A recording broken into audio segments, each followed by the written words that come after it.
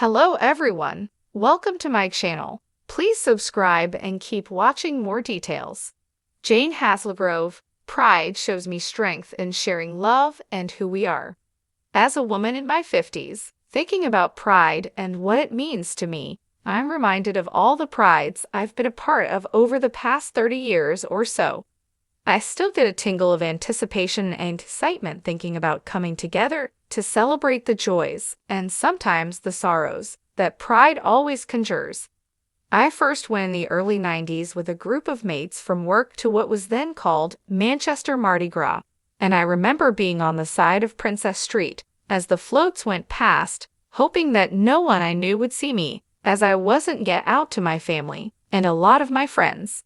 And sure enough, I bumped into a girl called Sarah, who lived a few streets away from me, and we smiled at each other while I prayed fervently that she wouldn't tell anyone I'd been there.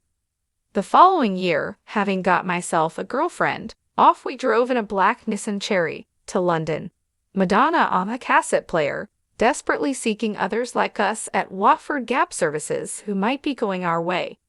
We dumped the car somewhere in North London and boarded the tube, destination Hyde Park.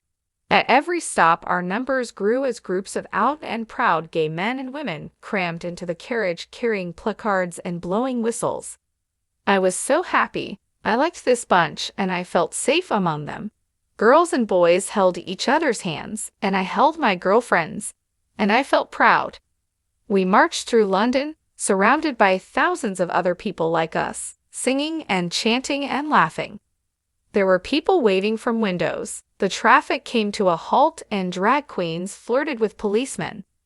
The gays were in town, and it felt brilliant. Over the years, pride grew and became an annual fixture in my calendar. Living in London and becoming confident in who I was, pride was something I looked forward to as an opportunity to party with my friends, both gay and straight, but also to show solidarity with my tribe. The march was always important and galvanized us to remain proud of who we were, sometimes in the face of abuse and hostility, but it always ended with a rally where campaigners inspired us to persist in our quest for equality and acceptance, and was followed by a festival of all things fabulous. Anything and everything was embraced, from a clutch of drag queens dressed as Baywatch babes to the heaving, primal, often topless, beauty of the women's tent. And yes, I may have been topless once, in Brockwell Park. Fortunately, this was before the advent of mobile phones. Cut to Manchester Pride 2019, and I'm taking a selfie on the top of the Coronation Street float, shoulder to shoulder with my work colleagues, my wife of many years beside me, waving to the crowds lining Princess Street. Somewhere among them may have been a shy young woman uncertain about her sexuality, hoping that no one she knew saw her there, but I like to think that times have changed, and mostly for the better.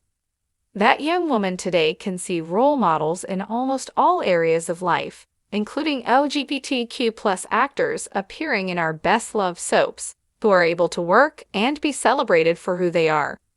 Of course, prejudice and injustice still remain, and our fight continues. But pride shows us that there is strength in sharing the love and holding each other's hands.